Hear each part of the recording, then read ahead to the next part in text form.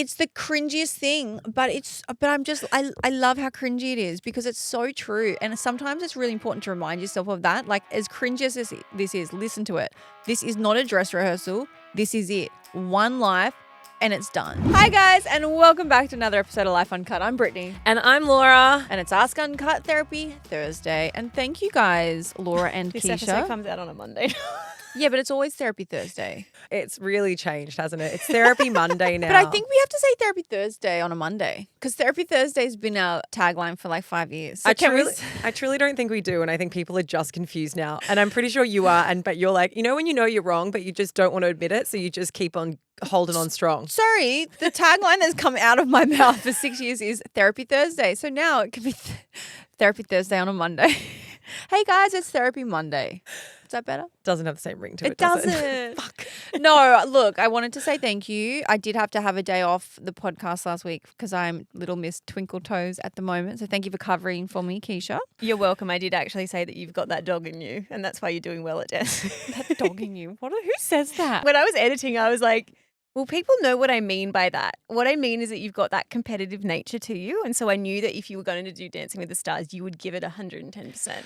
Yeah, and to be fair, I really am actually giving it 110%. I'm giving it every ounce of my cellular body, but that's because I did not start off great. No, that's it's because you don't like losing, which is a good quality. You're No, a winner. That's not true. That's absolutely not true. If I lose because I'm the worst dancer, then that's fine. But if I lose and I'm the best dancer, I'd be pissed. Like, it's rigged. If I lose because it's rigged or something, I'd be pissed. But if there's people that are better than me, I'm always happy for that. That's fine. As long as I know I've done the best I can do. But I'm putting so much effort in because I definitely didn't start strong in this dancing. I don't want to say the competition, but like when I started learning to dance, it was harder than I thought. I always thought I had like a natural rhythm. Is that because you were a professional boogie boarder, not a dancer? I should just say professional boogier.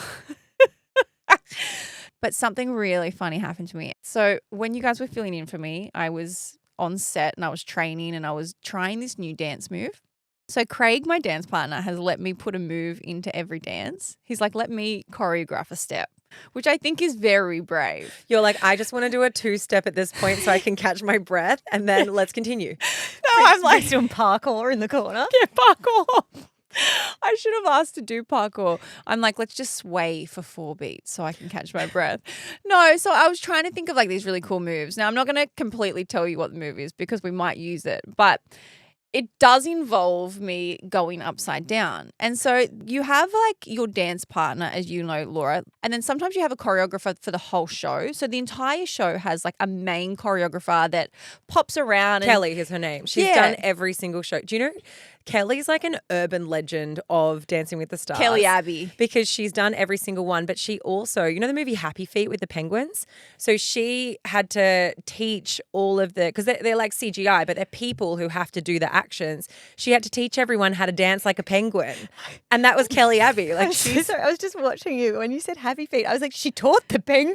Yeah, she's very skilled. She very taught the highly humans behind the penguins. She's amazing. Well, they have another choreographer this year as well. It's like a shared job. Her name's Sarah. She's also incredible. She's a really amazing contemporary choreographer. So she was coming in. So I was like, oh, I better like think of this really cool like abstract contemporary move. Turn it on.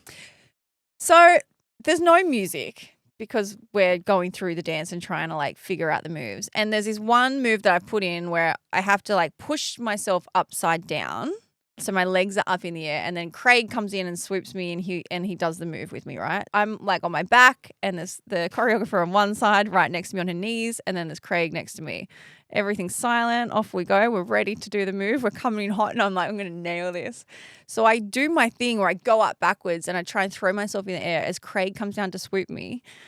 So his head is at my hip level. Sarah's on her knees at hip level. And then I just let out the biggest queef you've ever heard.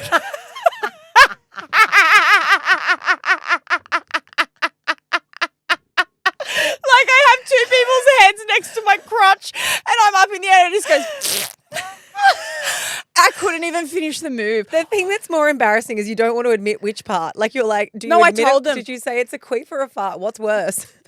There was a moment of panic in my head. I was in hysterics. I flopped to the ground and I couldn't breathe. Like I was doubled over, Were cramping. they of the laughter. same or were they They were traumatized? they were just looking at each other like they didn't know what to do. Horrified. And I finally got it out because I was, and in my Did you? head. Well done. Glad you were relieved.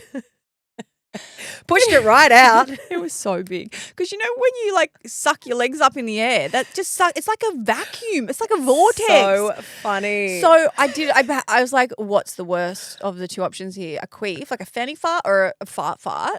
I'm just going to tell the truth. And I said, guys, I'm so sorry I queefed. And then Craig looked a bit confused. I was like, it's a fanny fart. I was like, there's no odor, just deeply embarrassing. but the thing is, just guttural. when you're practicing a dance, you have to do the move like 50 times. How many queefs did you do?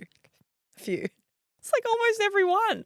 It's got to be put into the music. This is the move you chose. You chose to make yourself queef. Wait till you see it. If we can pull it off, I'm going to show you the exact moment the queef comes out. At least you queef on Dancing with the Stars and they catch that on camera and like, I don't know how they get the sound of that. The thing is, the music's so loud that it's like at least it masks We'll try and isolate it. There's AI software now.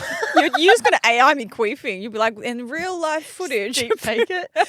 That someone will pay for that. There's someone out there who will pay solid money to have an audio snippet of Brittany Hockley's queef.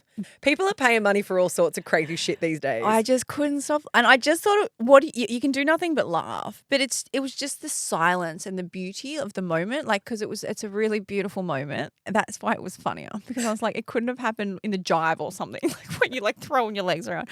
But I did send some videos to Ben. So I didn't send him the queef.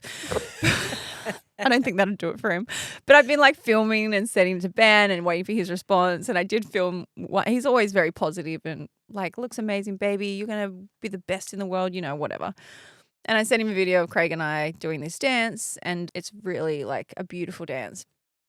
And I was like, what do you think? Thinking that he would be like, oh, like the skill level or whatever. And he just goes back and he's like, your bodies are very close. And I was like, they are close. And he's like, it appears that your crutches are in contact at all times. And I was like, yeah, that's the technique. The dance. Yeah. That's the one. Yeah. So he's a bit like, interesting. Well, yes, if I can look past his penis against your vagina the whole dance, he's like, brilliant move. I remember, I'll never forget when I was like postpartum with Lola and Matt was dancing with Ruby at the time. I've spoken about her. Amazing, hot, abs on the forehead, that girl. So abs on the forehead, abs as eyes. Abs everywhere. Abs from the top of her forehead all the way down to her knees, just continuous abs. And he came home, he was really proud of this dance that he'd been working on. He was like, look, babe, look at this. And I just burst out crying. Because it was so close. And I was like, are you fucking telling me that's what you do all day? You grind. You do that all day and I sit here and cry with 2 children. Is this my life? And he looked at the video and he goes, I was really proud of how much better I've gotten at this dance. He's like, but watching it back, absolutely fair. He's like, I should have thought about this a bit better. 100%. And this is why I have to buffer. Like, so I'll send Ben the beautiful, slow, sexy dances, but then I'll follow it up with the queef so that he knows it's a very even playing field on this dancing studio. Like, just so you know, this is Craig is horrified by me. He's not attracted to me at all. There is zero turn on from Craig. Also, I know Ruby listens to this podcast from time to time and I deeply adore you. Congratulations on your abs. I don't think she can be offended by saying she's got face for abs. I'm threatened. Abs for face. I'm threatened by your abs. Would you rather?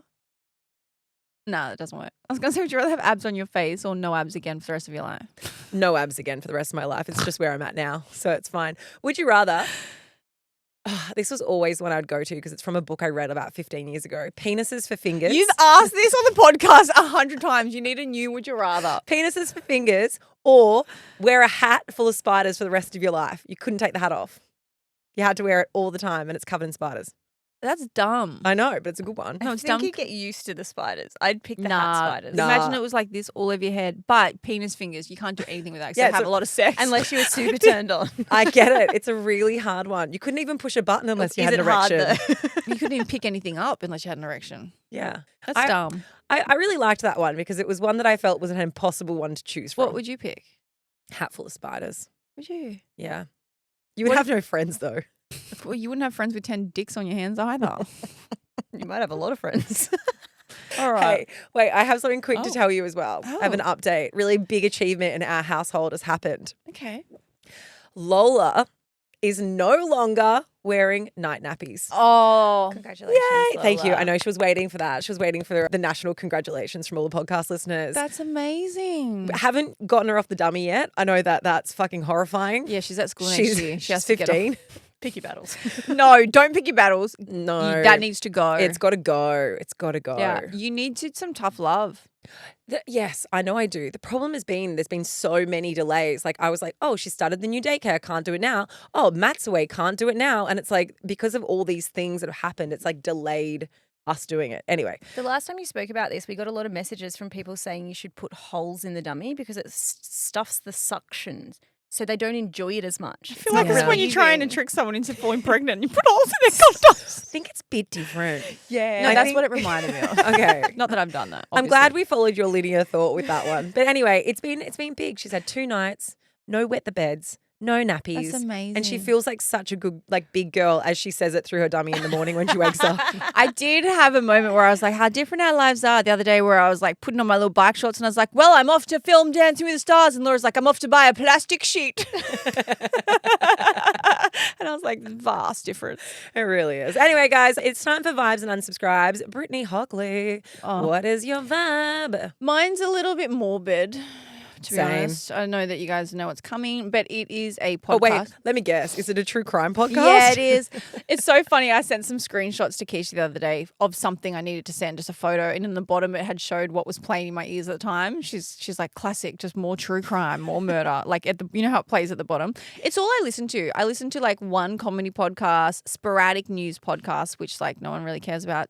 And then I listen to true crime. I reckon you could get away with a murder because you've listened to every 100%. single version of how to like commit a crime. I reckon I could. I would never.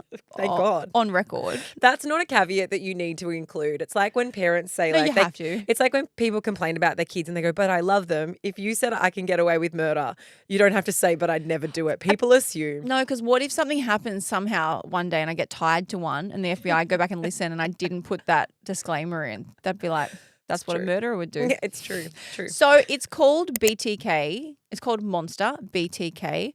BTK stands for, this is horrid, but bind, torture, kill. So he named. Oh my God. So it's about a serial killer in America in about 1970, and he named himself BTK. The reason I found this podcast a little bit different and interesting is because they speak a lot to the serial killer. Like he's in prison, but he writes an autobiography with somebody on the outside, like an actual journalist that writes it. And they also speak to his daughter. So she's really open about going back through her life as she was a kid and growing up and all the signs when it came out, because she was, as you can imagine, like the whole community, because he was killing people in the community, the whole community was so scared. She was so scared of this killer without knowing it was her dad. So then one day when she finds out it's her dad, her whole life crumbles. But it goes back about through all of the way that he used to toy with the community. He used to send letters to the news department that were reporting on it. This went over years and years and years.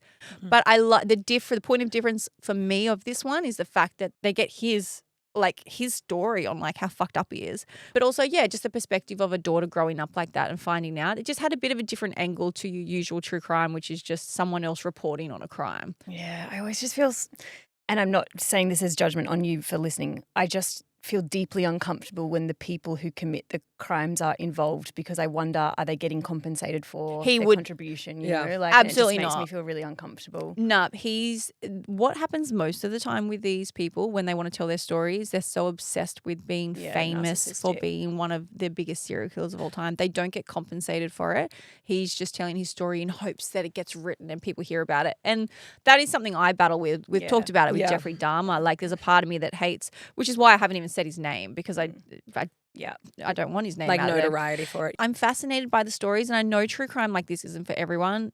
But yeah, that was my recommendation. I always get a lot of messages from you guys equally that you love true crime, so that's probably why I'm going to keep bringing them. Is that like a series or just the one? It's a series. Yeah.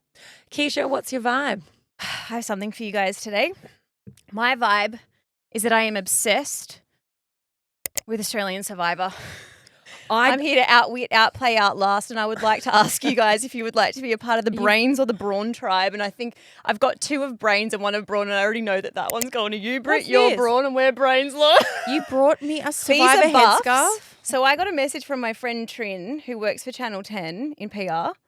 She said, Keeshia, I've noticed that you follow the Australian Survivor account and you like comment on stuff like, are you a Survivor gal? And I was like, I am fucking obsessed with outwitting, outplaying and outlasting. I didn't know you were a Survivor girl. She said the exact same thing and I got re-offended. You know how I keep getting offended because everyone assumes that I'm not athletic and I'm like not very good at that kind of Is this you trying to like put down your application for Yeah, being that's in what Survivor? It's really stinking of Keeshia wants to do Survivor, which I'm all for. She brought promo in. I am absolutely for this, but I'm feeling like this is your entry tape. Look, it wasn't, but maybe it could be. This is a brilliant idea. I will watch the next season if you're in it. I love Australian Survivor and they're up to season 10 now. It came out, I think, 2 weeks ago. So it's Brains versus Brawn. So they've got obviously the very smart people and then the very sporty people and athletic people. But that's also saying that you can't be both. I don't like that. Brittany's like, I want to I'm be like, both. do you want this one too, Britt? I'm going to mix them. I have been watching this with my boyfriend. Do you know how sometimes you need a dinner couple show?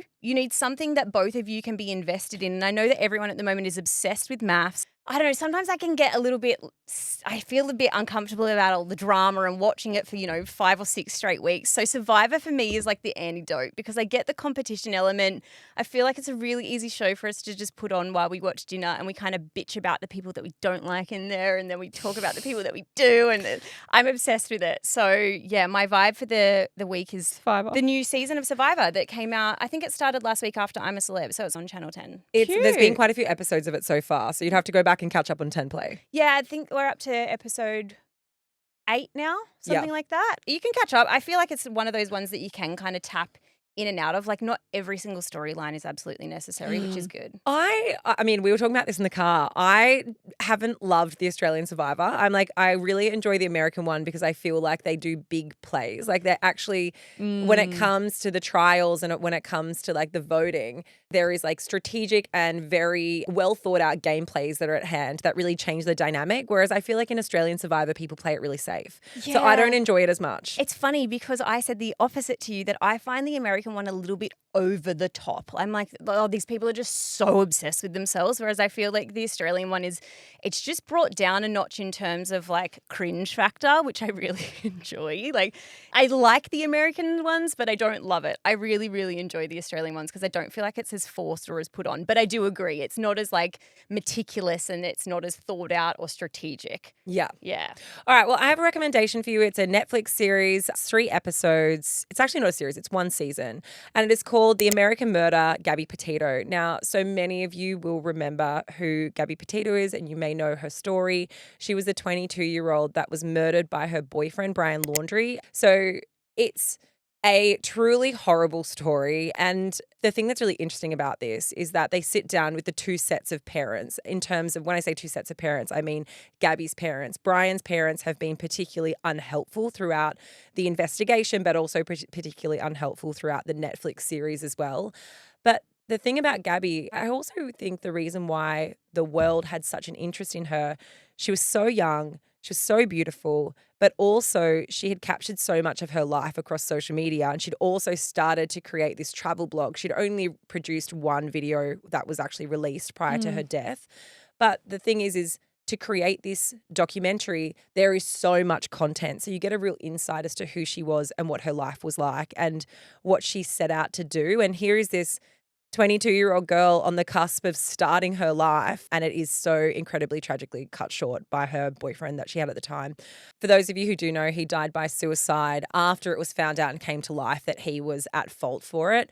I find it a really interesting space because I struggle with these types of documentaries sometimes, but the thing is that her family has gotten so involved in it, and also they're pushing the foundation that's been created to really support victim survivors and victims of domestic violence. And that side of it is sometimes lost when you see documentaries around people's real life lived experience.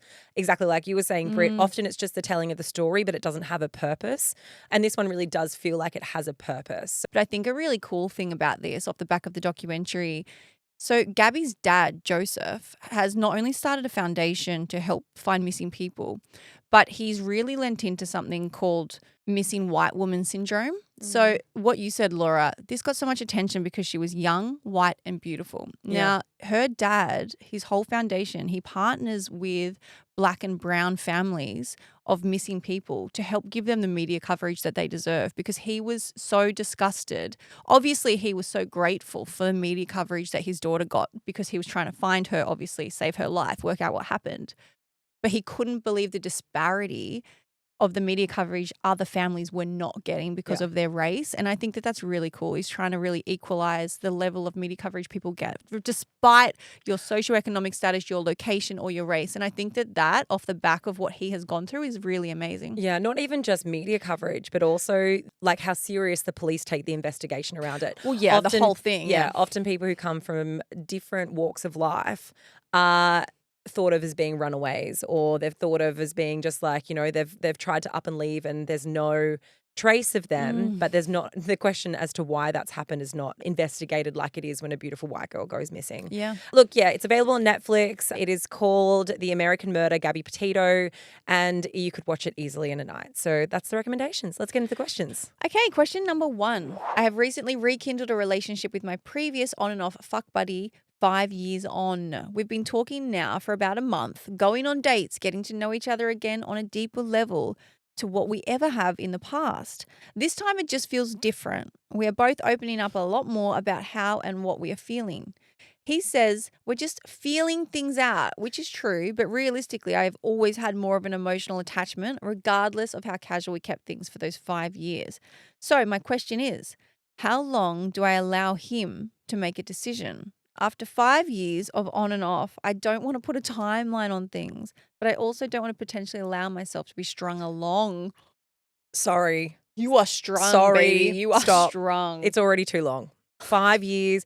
It's half a decade. If you were both mutually okay with the 5 years of on and off and you just kind of came back into each other's vortex whenever you were single and needed some hangs and bangs and it was casual and there weren't feelings and all that sort of stuff, fine. Absolutely fine. Go for gold. You could do it for the rest of your life for all I care, so long as you're not getting emotionally hurt by this. Laura doesn't care who you fuck. Well, no, I do. I actually do. I genuinely, deeply do. And the reason for that is because you care. You care, you have feelings for him, and you don't want to lose him. So you're scared about coming on too strong. You're scared about making him make a decision for fear that the decision is not aligning with yours. You are putting yourself back into a situationship, even if he's giving you a bit more. You'd fucking hope so. It's You've known 5 years. for 5 years. It's half a decade. Like, even 5 years. I do mean this, like him just being like, look, we're just feeling it out. He's knows. feeling you up. That's it. It's all he's feeling. He knows that after 5 years, he knows whether he wants to be with you or doesn't want to be with you. Like, nothing that dramatic has changed. And the difference is like, if he says he's still feeling it out, he is still unsure. And that's a really, really shitty situation to put yourself in when you have seemingly been emotionally waiting for him to level up. I would have a very honest conversation with this person and say, I have feelings for you. I want something more serious. And if that doesn't align with where you're heading in this relationship now, then I'm done, because you are going to waste your life waiting for him to change his mind. I agree with everything, but I don't want to put a timeline on things. Put one on. Put the timeline down. Like, this is a timeline. 5 years. You know, I think we said this the other day. It's my favorite new quote. Eat, pray, love. Eat, live, laugh, love. You are not laughing or living, but you are loving. If you sprinkle when you tinkle, wipe the seedy sweetie or whatever people have in their bathroom. Risk it for the biscuit. No, my favorite quote at the moment is, and it's so cringy, but it's like, your life is not a dress rehearsal. This is the main act. It's so true. It's just as It's lame. giving but first coffee. No, it is. It's the cringiest thing, but I love how cringy it is because it's so true. And sometimes it's really important to remind yourself of that. Like, as cringy as this is, listen to it. This is not a dress rehearsal. This is it. One life and it's done. And I know that sounds dramatic. I'm all about feeling things out and taking your time and working out what's right, but you've done that and you have put your life on hold for this guy for 5 years. You haven't said your age, but I'm going to make an assumption that this is like a prime time for you. You haven't said if you have kids or anything. I'm assuming you don't, because you would have put that in. I don't think that this guy is going to commit to you. If he doesn't know after, and I don't want to say that, obviously we don't know, but if 5 years he's still saying, I just need to work out what I want, he's never going to work it out, and you deserve better. At Yeah. the end of the day, like, people can take their time, they can come and go, but the thing here is you're attached. So it's not like maybe if we're right, we'll be together in the future, we'll find our way back to each other, let's live our life. That's not it. You are hanging on, or he's making you hang on by breadcrumbing you just enough emotionally. He's just opening up. He's giving you the attention. You're getting the physical attention. It's just enough to keep you there thinking about the potential of the future. And that's what you're in. You're not in it right now for what he's giving you because he's not giving you what you want. You're in it for the potential of what it could be if he commits. Yeah, the thing is on that is like he knows in order to give this another round with you, he has to give you a little bit more. So he is giving you a little bit more. He's giving you a bit more of the emotional side because he's getting back what he wants from this relationship. He's getting the intimacy. He's getting the hangs and bangs. He's also getting like a kind of girlfriend situationship whenever he wants it as well, because I have no doubt he knows that you're emotionally invested in him. Yeah. We did a really great interview with Matthew Hussey a while back and had a really amazing conversation with him. And it stuck with me because it made me realize the situationship that I was in for like a year. I was like, oh my God, had only I spoken to you when I was in the fucking depths of that.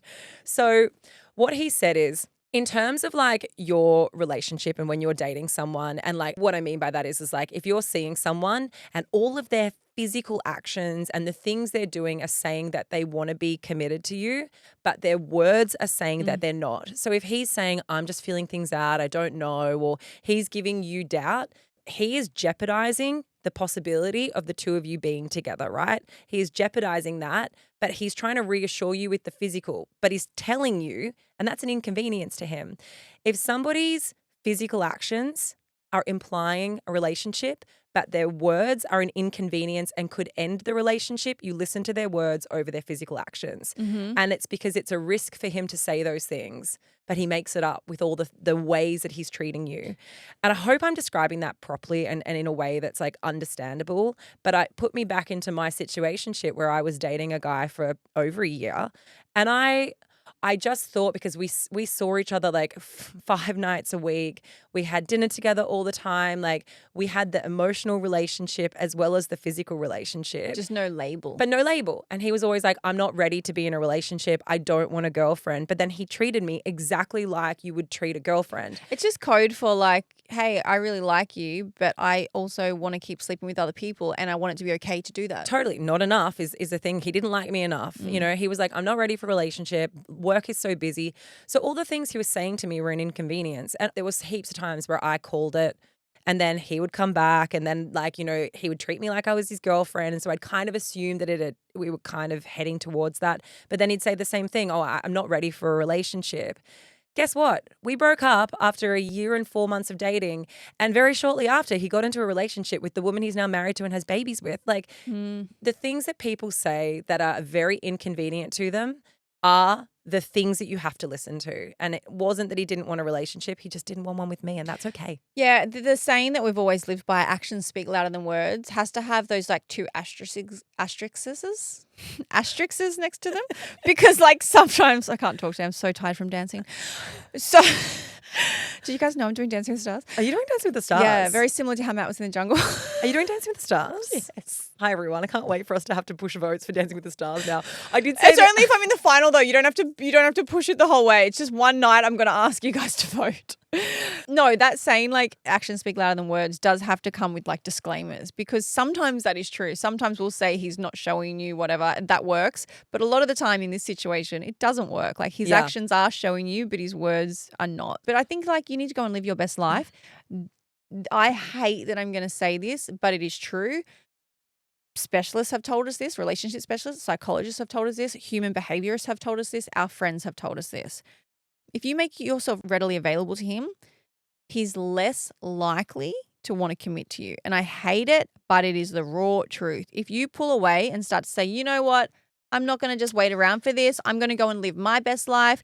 Not you know where to find me, but if he doesn't feel like he has complete control of you and like you're hanging on a string, I think that is probably at this point the only way that he's going to make a decision to either step up or step away. But if he has complete access to you at all times and he's getting what he needs from you and getting what he needs elsewhere, there's no push or need for him to change his life. He's getting the best of both worlds. The problem is with that, though, is my worry is that becomes game playing because you make a move in the hope that they're going to step up to the plate. I actually think after 5 years of on and off relationship situation, it is at the time now where instead of like being like, I'm going to pull away and hope that he meets me there, I actually think it's a very honest conversation that needs to be had around what it is that you want, what it is that you hope he aligns with and that you guys both want together. And if it's not that, then saying, hey, I'm not ready to put myself back in that situation again and I'm done. Like, let's call it. But that's what I'm saying. Don't play a game. Yeah. Just make the decision to call it. In this situation, that's what's going to make him make a decision. Hanging around, hoping that you show him your best side, that he'll come to the table, it's not going to work now. You've done that for 5 years. You've been amazing to him for 5 years. You also just deserve someone who chooses you. Totally. All right, next question. I think this is going to get a few people fired up. Can I ask my husband to take anti-balding medication? We have been together for more You don't than... even need to say the rest of the question. We have been together for more than 10 years and we have 2 kids together. He's always been a silver fox with thick salt and pepper hair, which I absolutely love. However, his hair is now thinning and I want to ask him to take measures to prevent this. There are so many easy and safe options for men to do these days. My question is whether I have the right to ask him to. I'd be offended if he asked me to alter my appearance or have an anti-aging procedure. Is this the same thing? Thank you for your wisdom. Yes, this is the same thing. If you're offended if he came to you and said, hey, baby, I think you're getting wrinkles, get some Botox, or your hair's thinning, get a hair transplant. Yeah. Hey, did you hear that they've got Ozempic now? You could try that. Yeah, but you'd be devastated. And the way that you feel, like I think you already know the answer. You said you would be offended. He's going to be offended as well. Like It's a real sore spot for anyone. And no one in a relationship at any point of the relationship or at any age wants to feel like their partner has come to them because they have a problem with the way that they look. Like there's a real ickiness about that. And I understand why you want to have the conversation because you're saying, I love his hair and I know there is an easy way to prevent it. That's what you're saying, right? You're like, I'm going to love you regardless, but there could be an easy way. It's still very difficult to approach. I truly believe the only way you can approach things in this situation is if he brings it up and he says it's an insecurity of his. Hey, have you noticed this is happening? I'm a bit self-conscious about this. Can you tell me if there's a bald spot at the back? Whatever. If he brings it up and the conversation is opened up organically and naturally, you can say, hey, if it bothers you, I did see that there is this stuff that we could try. Like, but you can't come to him and say, hey, your balding is bothering me and I think you should go on some medication. That's a huge ask. Yeah, balding is such an interesting one because I think, obviously, like people make jokes about loads of things. Like people make jokes. There's very fat phobic jokes. There's like lots of different things that we make jokes, not we specifically, you know what I mean? People make jokes about other people's appearances. However, I feel like balding is the one thing that is like kind of like unlimited in terms of like it's accessible. It's not off limits. People can make jokes about it. And I say this because... You mean like it's easier to comment on to a friend that's balding as opposed to a friend that's put on weight? It's like one of those things. There's like the hottest bald man awards. Do you know what I mean? For example, we had a few years back the ACRAs. The ACRAs, which are the radio awards. I won't say the host names, but there was 2 hosts that opened the ACRAs that year, the show. So it's kind of like opening the Logies. The entire skit was around all the bald men in radio. Like it was, you could never do a skit which is like, here are all the people who, I don't know, have pigmentation on their skin or here are all the people with acne. But it seems like being bald is one thing that it's okay to kind of have a jab at. Yeah. And I get it. Look, this is not me being like, think of the men. But as someone who's also going bald, I care about it. We also joke about that too. But No, but yeah, and I think it's different when you make jokes about yourself, you know, and you welcome the jokes. That's a different thing. I'm allowing people to make jokes about it, about me, not about other people. My thing is here, he will know at some point. He might not have noticed yet. Like he might not have the same awareness as what you have because you can see all angles of his head. You've probably seen him outside and, you know, seen sun on his scalp and been like, oh, that's thinning a bit. Geez, how do I tell him? You don't have to tell him. He's going to figure it out. He's going to notice at some point whether he has or he hasn't. And at some point, if it is something that becomes, like you said, Britt, self-conscious for him, he's going to seek out what those treatments are. the treatments for male pattern baldness is either daily topical medication or a daily oral medication. So you got to know if your partner's actually the type of person who is like diligent enough to actually maintain that anyway, because he might not be. Like there are loads of people that are just like too forgetful or don't care enough to try and maintain that. Yeah, also where she said like, oh, they're completely safe and stuff. That's actually not for us to say. That's for, a doctor because it affects your testosterone levels. So it's like you might think it's completely safe, but, it will have side effects and he might not want those side effects. There is probably another way that we could split this question a little bit though. Everyone's relationship is very different. Like everyone and the way that you communicate with your partners are very different. If you know that your partner is not a particularly sensitive person and you know that he would respond okay to being like, hey, honey, have you noticed that your hair's thinning a little bit? Like that might be okay in your relationship. I feel like I could say to Matt, hey, baby, I feel like your hair's thinned a little bit. Have you noticed? I don't think he would be upset with me if I said that. He would be upset if I was like, hey, you've lost heaps of hair. You should just go on a thinning medication. He'd be like, rich from you, pal. But I do think that there could be a way you could approach it depending on the type of person that your partner is and depending on the type of communication relationship you have. Yeah. But I think be very careful about it because if you would be offended by it, then I think assume that he would be too. But there's also the high chance he might not care. He Yeah. might want to be bald. He might want to make the bald sexy list. Like there's loads of men that love it and they just shave it off and they like who that they are. So I guess that's exactly what Laura said. Feel out, your relationship and you know what you can say. I feel like I could say it to Ben in a way, like if I wanted to. I feel like we've got that relationship. But I would more say it how you had just said it, Laura, not say, hey, I want you to go on this medication. I'd more say, hey, do you know that, have you noticed that you're thinning at the back or something? Like not an issue. But that's my relationship where we could say that. I would want him to say that to me if I didn't know. If I knew that I was going bald at the back, I wouldn't want somebody to make it a bigger issue. But if I didn't know and he saw that every day and didn't tell me, after 6 months, I'd probably be pissed off. If he was like, yeah, babe, you've been going bald for 6 months, I'd be like, why the fuck didn't you tell me? Like I could have got a hair transplant. I think a lot of men are more sensitive about this than what a lot of women would assume. Even Kylenberg spoke about this in their live show, the Imperfects live show, about how it's the number one question they get is, what's that hair medication that you're on? Yeah. Because he spoke about being on it on their pod and now hundreds of people. A lot of men are really sensitive about it. I know so many men that have had hair transplants. Yeah, just book a holiday to Turkey. No, but I'm not even saying that about I'm not saying it to say how easy it is. I'm saying to say how much of it is it's an issue to people. Like men are so self-conscious about that kind of a thing. I know people that have had beard transplants because their beards aren't growing, like their beards grow really patchy and they really want to fill them in. Like, yeah, I agree with what you're saying that it is more of an issue to a lot of men than people think. I mean, when I went into the hair clinic to have my consultation around having, lots of hair loss, it was me and it was 3 men in the waiting room and all of them were waiting for surgery. Every single one of them. So like they were all on their day 1 of surgery. Yeah. So like, yeah, it's definitely a very common thing. But like we've established, it's not for you to tell him. Yeah. Yeah. Okay, next question. I have been with my partner for almost 5 years. We recently got married. We don't have a particularly regular sex life, maybe a handful of times per year. That's not a lot, is it? Not really. A handful of times per year. And when we do, it's pretty vanilla, which is fine. So recently, after one too many drinks, we started getting steamy and me, with my liquid courage, asked if he wanted to incorporate my vibrator into the mix. Until then, he didn't know that I had or used a vibrator. I had some shame about it when I started using the vibrator years and years ago. This was before I even met him.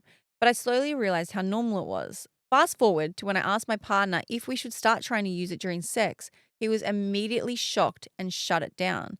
He got quite upset. Now, I'm not sure whether it was about the fact that I had a vibrator or that I just caught him by surprise. But he said he felt a bit attacked. I was really upset by it all, as all I wanted to do was spice things up. Am I in the wrong here? He was upset enough to sleep in the spare room, and the next day we just went on like nothing happened. This is a wild question to me. I think some very, very big conversations need to happen with your partner. If I was going to like psychoanalyze him, I have no skills and no qualifications, so tell me if I'm fucking way off.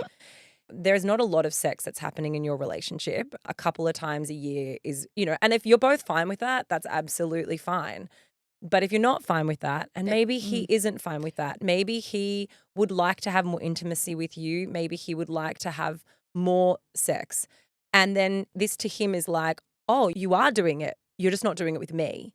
And that is the thing that's probably made him feel attacked. It's an ego thing. It's a feeling of disconnection. I'm trying to play devil's advocate on this because I don't think it always necessarily has to be this like, I'm trying to control you and you shouldn't have a vibrator. Like having vibrators are incredibly normal. But I do think that sometimes our partners could feel insecure if they think that we're preferencing using a vibrator over having sex with them. And in this instance, how irregular your sex is might make him feel like it wasn't good enough. Yeah, but this on the flip side could be the opposite. It could be the fact that he also doesn't want to have the intimacy and she wants more. And because she's not getting it, she's using a vibrator. Like we're not, who's us to say that it's the man that wants more, not the woman? Totally. And also, look, that's why I'm like, I think a big conversation needs to happen here. And like, it's ego. He's obviously got a bit of ego hurt in there. But having a chat as to like, okay, are we having enough sex? Are we having the type of sex we want to be having? And if it does go down a track of being like weirdly accusatory around this vibrator conversation, there's also a conversation there where you're like, well, how often are you masturbating? How can you be angry at me about a vibrator if you're also self-pleasuring? Like this is just, it's a crazy thing to be arguing about, but I really think it comes down to his self-confidence and also his ego. That's what this is tied into. I think it's ego as well. And at the end of the day, you've said, am I the problem here? Absolutely not. Was this worthy of him sleeping in the other room? Like, no. I know each relationship is different, but fuck, come on. Yeah. Vibrators are the most normal thing in a relationship. You're having sex 5 times a year. It would be remiss of him or very ignorant of him to think that you are not pleasuring yourself at any other point in the year, because I can guarantee you he's masturbating throughout the year. Yeah, but it's kind of sad to me that he has this insecurity. That's what that is. Like, and I know that I'm playing devil's advocate. I'm sure there's people who heard that question and were like, fuck him. But like, I read that as a deeply insecure person when it comes to like sex and it comes to relationships in terms of like, you know, your intimacy. So I think sit down with him and be like, I know that this is something that we've just brushed under the carpet. The reason why I suggested it is because I would love for us to look at spicing up our relationship. I'm not trying to replace you with this. I want to include it because it's something that brings more pleasure and potentially could bring more pleasure to both of us. But I need to understand why it upset you so much. Was it the way I suggested it? Was it the suggestion in total? Like, let's talk about this. And I think by sitting down and having an honest conversation, you'll get more out of him. You know? And non-accusatory and just like fucking unpack that. Yeah, you need to understand why he felt the way he felt, because this situation does not warrant the response that he gave you in any capacity. Like, I know we're tiptoeing around here and I don't want to throw him under the bus and I don't want to protect him either. But what I will say is that response is too much for what happened. 100%. Absolutely not. To the point that you have to write to us and say, am I in the wrong? He's attacked. He's not even sleeping in the room anymore. Like, that's absolutely not. You wanting to put a vibrator in your sex life with your husband is not an issue, but you do need to understand why he responded like that. And I think very shamey, isn't it? Yeah, I don't like it at all. And that's why I don't want to protect him and say, oh, let's find out what's wrong with him. You do need to find out what's wrong with him and why he responded like that. But it's not justified. Yeah. I'm not saying it's justified. Maybe it's the circumstance of bringing it in when you're getting hot and heavy rather than having a pre-conversation about it, engaging his feelings. You know what I mean? Like, if you guys have been together for 5 years, you've had missionary sex for 5 years and you only have sex 4 to 5 times a year. You know, some people have a high EQ. Some people have high sex EQ. You know, he might not have that. And I guess that's why I'm kind of like, I don't want to attack him and be like, he's a bad person or like, you know, I just think you need to better understand the why around this, because he might not have done anything but missionary sex ever. But she that also might have been really intimidating to him. Yes, but she hasn't done anything wrong. She didn't just whip it out too. She even says to him, I stopped and asked him if he would like to incorporate. She even asked for the consent to bring it into that moment. So like, there's just nothing that you've done here. All you need to do is try and understand his reaction, but he needs to understand why his reaction was too much. He needs to understand as much as you need to understand. All right, I have next question, and this one is pretty full on. I think my partner is controlling, but I'm not sure if I'm just being dramatic. He once said if I go on a girls' trip, he'll break up with me. When I work at a mine site, which is around 80% male, he makes me feel bad for having a drink with them. He makes me feel bad after doing anything fun, aka drinking with friends. He always expects me to excuse myself after burping. Like, I'm sorry, I'm a Barbie girl. He likes Andrew Tate. Plus, there's a lot more. Do you think it's time to leave? My friends think yes, but I don't have a large group of friends to lean on for this sort of advice. Is this something people can work through? And if I don't want to waste my time and work through it, is it bad? No, if you don't want to waste your time and work through it, leave. Yeah. Sorry, you had me at Andrew Tate. If he's an Andrew Tate supporter, there is no way I would be in a relationship with an Andrew Tate supporter ever. The fact that he also doesn't let you go away with your friends, your girlfriends, makes you feel bad for literally having fun. This is your quote. The burping thing I get. Yeah, you can. You can excuse yourself after burping. That's not control. He's not trying to control you there. Yeah, the burping thing is just manners. Like that's just yeah. Let's let that one slide. But the Andrew Tate, the controlling, the not letting you go for a drink after work, doing anything fun with any of your friends, I would be looking for the closest exit personally. Yeah, I think it is a very big alarm bell. It's a really big red flag when someone tries to make you feel guilty for something that is very innocent and it is simply enjoying yourself and it is a normal part of having other relationships outside of your relationship.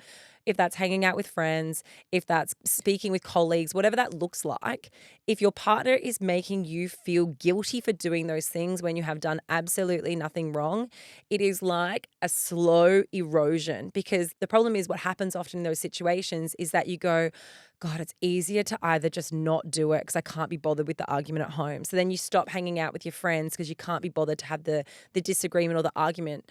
And it's like that's how you become isolated in these types of controlling relationships. You have seen the things that have been really big red flags to you that are enough of a red flag to write into us. You've also spoken about it with your friends. Often our friends can see things that we can't see. So maybe it is a case that, they're hearing your version of what is happening in your relationship and they're like, this does not sound normal or healthy. But what you have described does not sound normal or healthy. And it is not normal to be made to feel bad for simple, normal behavior that allows you to have relationships outside of your romantic relationship. And on top of what you've told us, you said, plus there's a lot more. So the fact that there is more than what you've already told us is really concerning. But I just think you have to think too, everything you said, is not right. But on top of that, your partner you want to be aligned with at least morally and with what you believe in. He supports Andrew Tate. Andrew Tate is in prison or house arrest for sex trafficking. He believes women should not have the same rights as men. He believes women are on this earth to serve men. Yeah, he's vile. He's vile. And if that is somebody that your partner looks up to, I know I wouldn't be in a relationship with somebody like that. And that's not even an isolated incident. You have also layered this conversation with so many other very, very alarming issues. I think deep down you know the answer, and sometimes we just look for people to reaffirm what we already know. Like you just want the support and the confidence to leave. And very, very, very rarely do Laura and I give a definitive answer on these questions. Should I leave or should I stay? Because they're always so complex. For me, this is definitive and I don't do it often. Leave. Like you deserve better than what this person is doing to you. Yeah. And I also the only thing I'll add to that, because I also agree with you, Britt, I think absolutely leave. Things never get better in relationships. They don't just spontaneously resolve. People don't just become spontaneously secure in themselves and secure in their partner having friends and going and having, a drink with their friends after work.